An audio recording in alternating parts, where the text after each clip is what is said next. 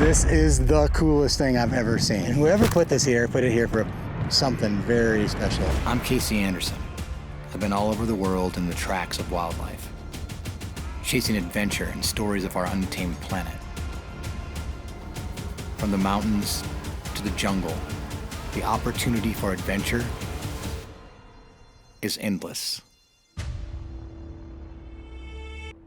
Ever since I can remember, the ancient history of humans that used to roam the land we now call home has been a fascination of mine.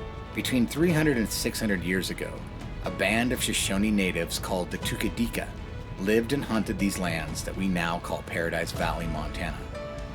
Tukudika means the eaters of mountain sheep, or the sheep eaters, known for their ability to hunt the bighorn ram, an icon of the mountains in which they held in high regard.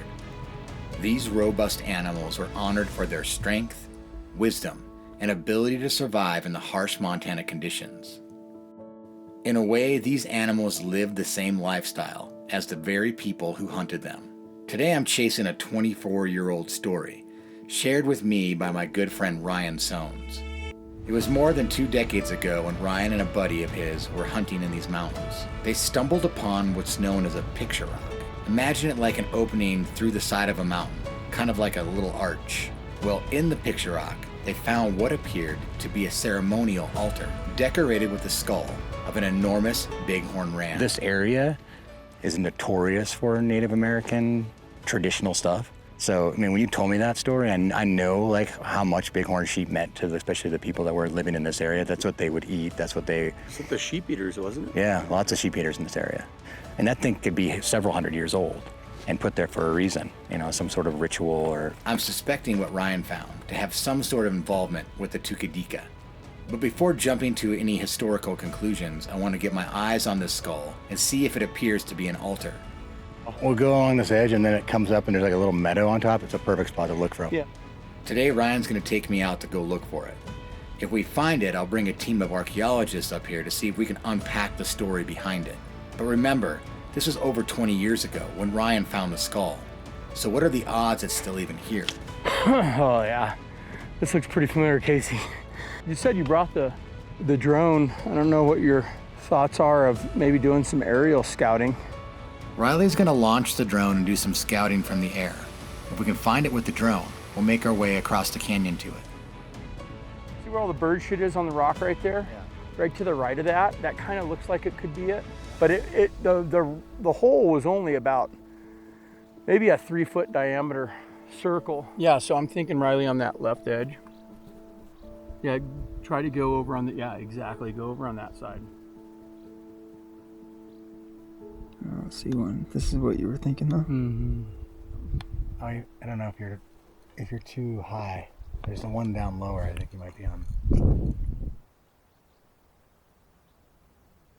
We've scoured all these rock bands with the drone, and we didn't find anything that stuck out to us. We're going to make our way over on foot anyways and see what we can find. Yeah, it's kind of the mountains of Montana. When you're looking for ways around, you find these little pockets of timber and they can be a lot of work. Seems like every time you go through something like this, though, it's always something good on the other side. That's what we're hoping anyway. I keep finding myself chasing these long lost stories in the mountains, and they always bring me into difficult terrain that the average person would look at and turn around and go the other direction. But one thing I've learned over these years is if you go places that nobody else is willing to go, you'll find things that no modern man has ever seen before. It's been over 20 years since Ryan found this skull, but he marked some GPS points on a map that seemed familiar to him. So about another 100 yards? We keep checking those points to keep us on track.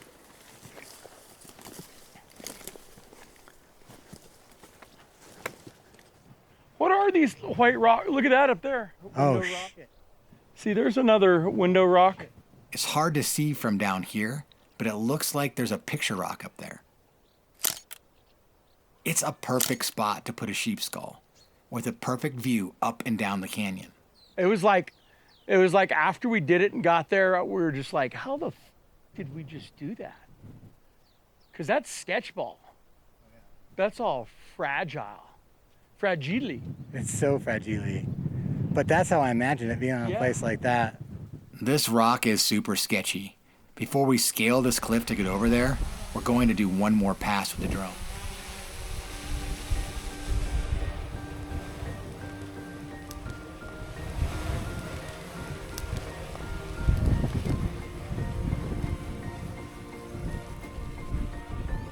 Oh, it's a pretty big window. What is it? It's a pretty big window. Oh, that's it, dude. That's the ram skull. That's right it? there. Yeah. We But did those it. those are the horns, right? The one- Right there. Aren't those the horns? They look like horns. What? That's the skull. That is. Oh, dude, that's the ram skull. Yeah. Dude, that is epic. Oh, dude, look at that. Right there.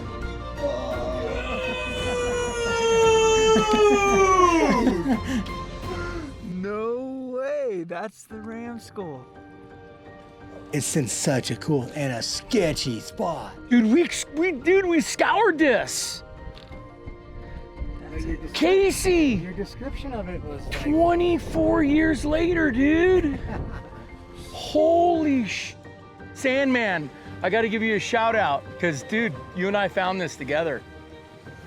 dude, that it's in exactly like my spidey senses. Like when I looked up there and you said, "Oh, look up there," and I was like, that's like where you can put a ram skull. Like it can see up the valley, down the valley. Now you can see how like we would have scaled that when we were 25. Yeah, I know it's sketchy, but I think I'm gonna do it anyway. We did it, dude. I'm so pumped. So psyching right now. Dude, that is the coolest thing. I mean, so the only way in there is just like a little side scramble here, but this rock right here is just hanging on by nothing. You're gonna die.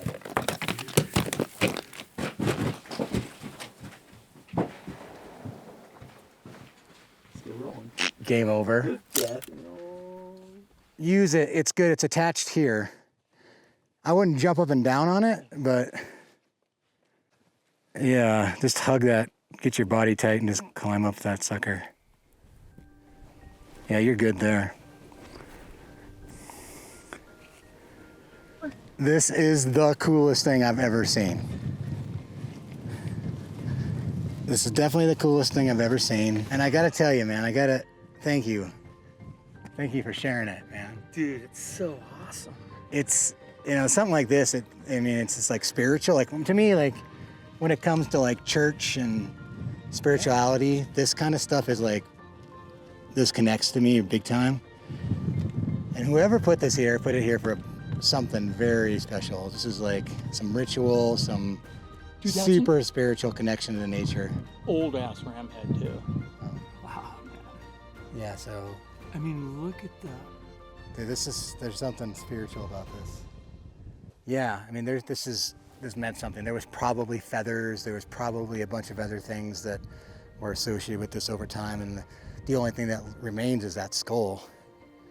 But it's been a long time since there's been bighorn here. I mean, that's several hundred years old, isn't it? Yeah. I had to see it to believe it. This story has been haunting me for over 20 years, and in my mind, there's no question about it. This skull was placed here with intention, and judging by the weathered remains, it could have been here for hundreds of years. It's time to get a professional opinion. I have summoned the skills of Scott Dersam, an archaeologist from Montana State University, and Jeff Reed, an anthropologist and history buff. Right now we're standing on a giant lahar, which basically means that 60 million years ago, a giant volcano went off, and that lava interacted with a glacier, creating a massive mudslide. All of that, in the end, ended up here. The sedimentary rock formed, settled in, and created the landscape we're walking on today. It's loose rock, it's falling apart, it's super sketchy to be climbing around on.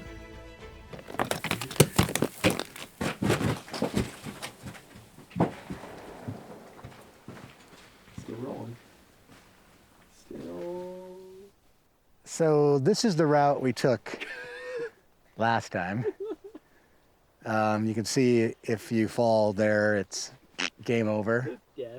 So fortunately, Scott had a bit of reasonable thought, and we brought some ropes and some rappelling gear. So what we're gonna try to do, I think, right, is wrap in from up there. Absolutely. To avoid falling off the cliff like that rock, we decided to reach the skull, we would need to rappel down the face and approach it from above. This. We're gonna wrap both of it.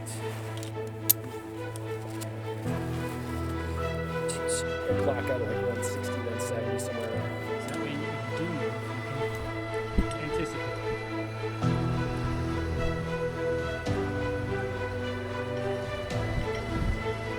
Oh wow. Yeah, that's gorgeous, guys. So cool.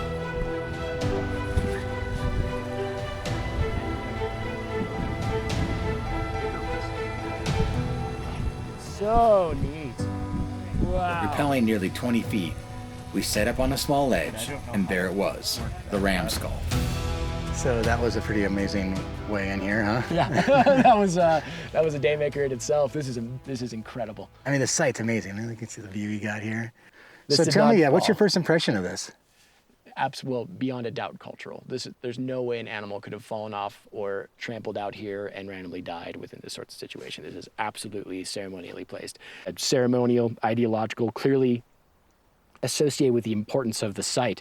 And what's even more interesting, you probably heard my exclamations when I was coming down here, just here on the side over here, right on this edge, small little enclosure here, there's 3 purposefully lithic napped pieces of quartz crystal. You can see what we call a Hertzian cone or a conchoidal fracture, these waves coming across from that force of impact from the actual napping or maintenance or creating of this stone tool. What do you think? There's probably more around here. Well, and that's why I'm curious, is because there's a lot of overgrown moss around here, and particularly around where this skull is. How the heck? Projectile point. There you go. Dude! He's like this all the time. And what? Out of quartz crystal. Yeah. Out of quartz crystal. Can you tell anything about anything yet? Too rough? Late prehistoric. That's within the margins of the past 400 years. This is probably Shoshonian. So we're looking at Tukudika. Yeah, man. Dude. Oh, that is just epic. Give it to me. Out of quartz crystal. So that's ceremonial. That's likely ceremonial. There's no reason they would have made that point. And you just barely found it. It was right here. It's under this moss. You can see where I peeled up the moss. You could see the edge of that big chunk of crystal right there. That was made here. So they sat here and made. So that was probably part of the ceremony in association with this. That's what I was thinking too. Dude. But I'd love to So see. cool. So that seems to me like hunting magic. An association of a projectile point carried or cached in association with this. So they made this little point right here. Yeah, absolutely. Well, that's diagnostic. That gives us a nice age range. 500, 600 years ago, maybe as early as 300.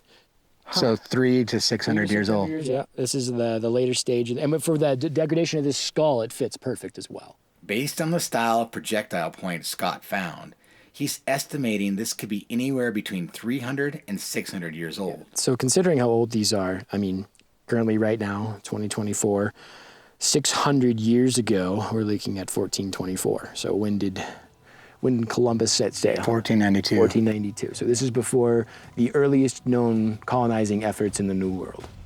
So we have an idea of how old this might be, but there's some other things we can do to confirm the date. Before returning all these artifacts to exactly where they were before, we'd photograph them, record some data, and collect a small sample of the ram's horn for radiocarbon dating, as well as a sample of the lichen growth on the skull, so Scott can figure out how long it would have taken lichen to form on the skull in correlation to the surrounding organic material. Through these 3 methods of dating, we should be able to get a pretty accurate time frame of when this skull was placed here. It's going to take a couple months to get the results back. So we're going to head out of here and let the skull have some peace and quiet again. After all, that's probably why they chose this spot, so it could rest peacefully and look over this canyon.